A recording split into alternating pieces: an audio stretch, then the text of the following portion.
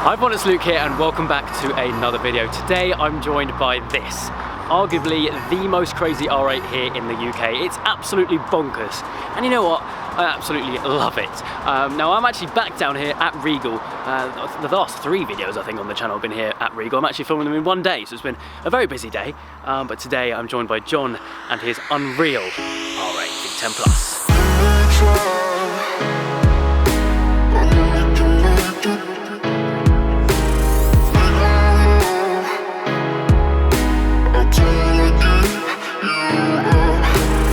So this is my R8 V10 Plus. I bought it back in July as a standard car, pretty much standard, which was what, 6 months ago. Since then it's undergone a few minor tweaks, just a few. Just a few. Just a few. The wrap, started off with the wrap that's done by Venom, matte Venom wraps, and it was inspired by what the guys over in America are doing, DDE.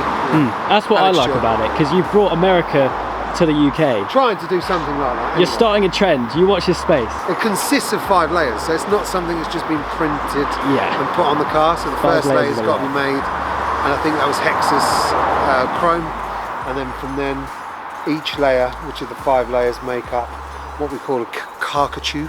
I think that's what they're called, rather than an emoji. Yeah. And obviously the camo print in different layers of purple. Yeah. And that's what you see after all 5 layers are applied.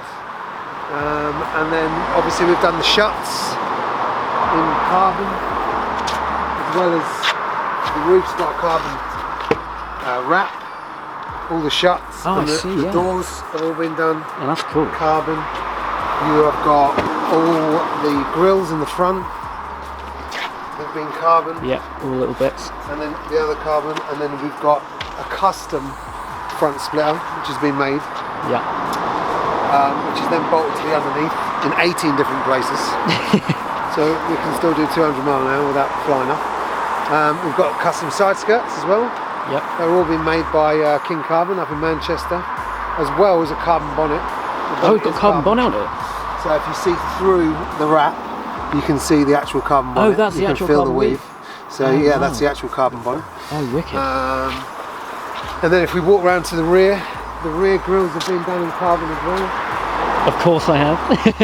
Yeah, of course. To match the diffuser, nice. the grills have been done. We do have a Vorse spoiler and diffuser coming, and I've got another spoiler as well for it, a custom one. Just haven't decided what to do with it yet, bracket-wise and stuff. And then comes to the wheels. The wheels are Hawk 2-piece forged. They came with the car. I didn't buy them. The previous owner bought them. Oh, really? And all I've done is obviously a full colour change. So we've got gold barrels, and then we've got pearlescent spokes, so they flip from sort of purple to pink. Oh, wicked. I think they work. Yeah, I think they work. On paper. They suit the car. The car's mad enough. Why not have mad wheels? Black wheels, gold wheels, you know. Let's go something a bit mad, a bit different. But on paper, it sounds strange having like pink and gold wheels. But when people say it works. Yeah, but it works. It really works. And obviously new gold studs, so they're gold-plated studs throughout. And the car's low as well. It's very low. It went off to QS Tuning, over to Alex and his dad. They did a great job, last minute as well, so they fitted me in, which I was really happy with that. And they fit the KW height adjustable suspension. So we now load it quite a lot of the front. I don't think there's much. Yeah, look at that. Much space there. It doesn't rub unless we go over big bumps, speed bumps especially, of course. But other than that, driving it along, normal, fine. Yeah. You can drive as hard as you like, it don't matter. The rear again has been loaded. I think the front's more or less about 30, 40 mil, and the rear about 20 mil. Just to not to cause too much arch rubbing in there. Engine-wise, it's stock. Engine-wise, it's completely stock. The exhaust, as you can see through the grille, You'll see a box, which is at that angle like that. Yeah, gotcha.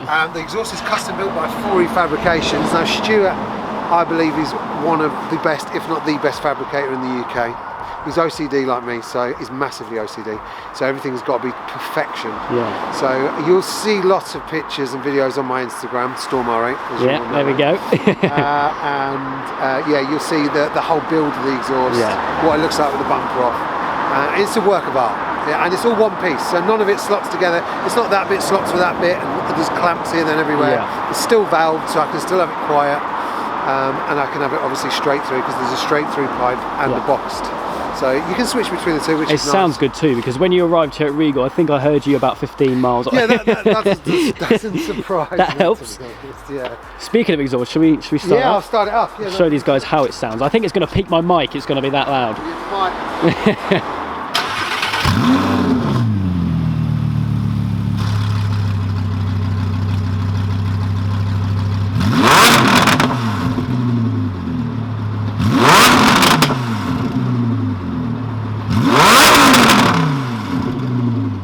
Yeah, that's loud.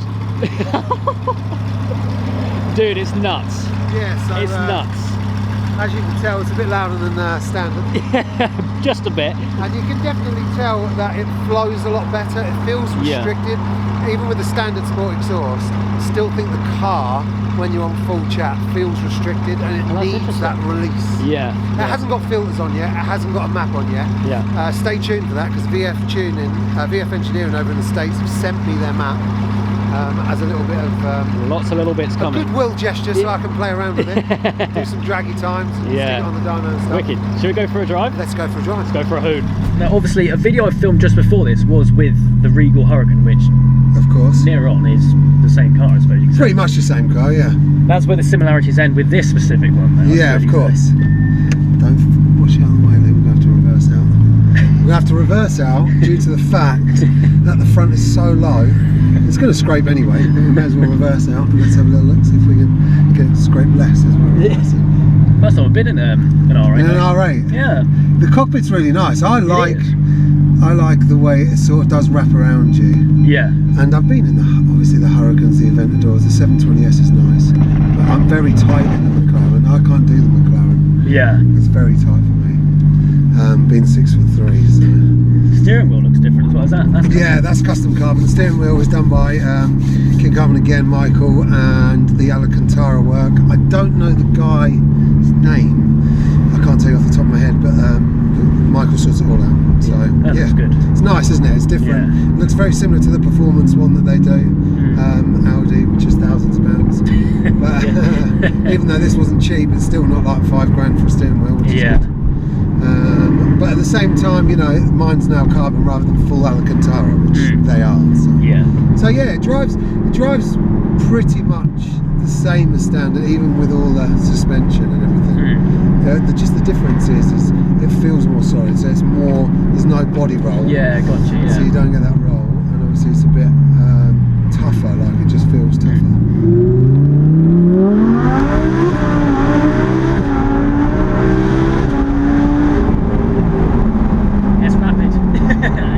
It sounds good as well.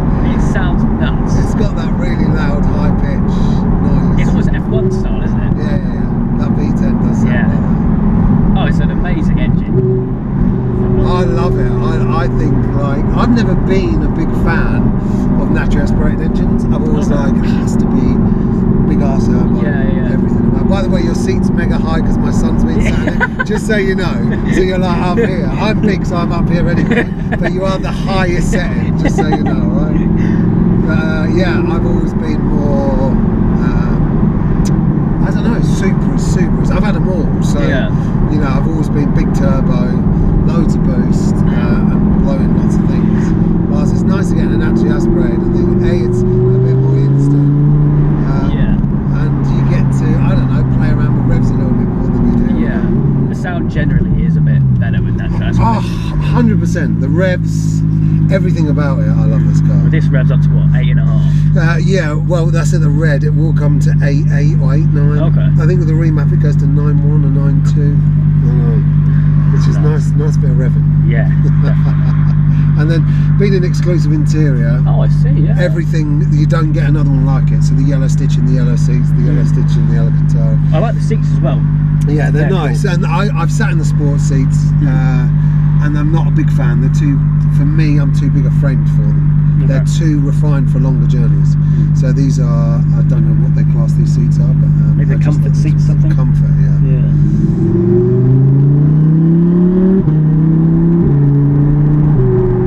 Gearbox in this is just. I said exactly the same thing in the Hurricane video I just filmed. You don't know when you change gear. No, you don't. Like, I remember the autos when we were kids were so crap. Single clutch. Yeah, and nowadays, like, well, they say this is the best gearbox on the market, or one of the best gearboxes. Porsche PDKs are good as well. Yeah, really good. But at the same time, you know, this being a dual clutch, it just makes it far more. I don't know, just like I have had Beamers, AMGs. I've got an M3, had E63 AMGs, and it just makes it easier to drive, I suppose. Yeah, and I mean, some say it adds to the drama that you're being like thrown back and forth, but I mean, generally, I know what you mean. Like as you change gear in the manual, some people are really die-hard manual. So when it comes to Porsches and stuff, they love the manual, and they talk about, you know, it being.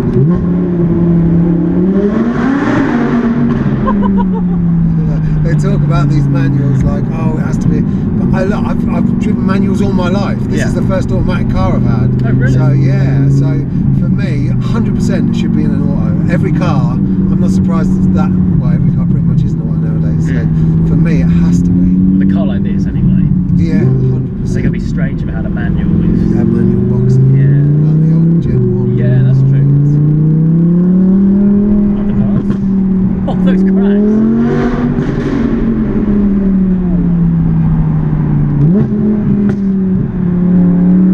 It's a serious bit of kit. Yeah, 100%. It's a serious bit of kit. The exhaust makes all the difference. Oh, definitely. Just as loud as the Ram. Yeah.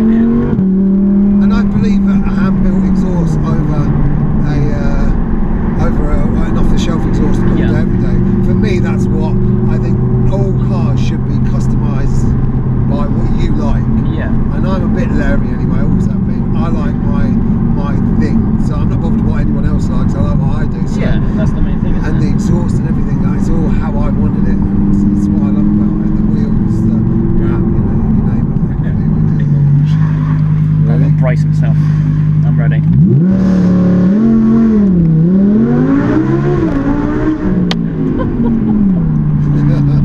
That's my phone. Yeah. Checking all the GoPros. That is nuts. Look, the launch noise. I know, it's the. Yeah.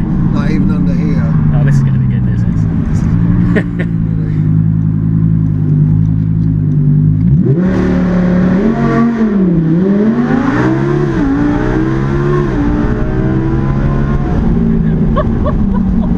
That is neat. And this is stock. It's a stock engine. Stock, yeah. Stock it for now. Yeah, for now. For now. For now, stock, and that's what I mean.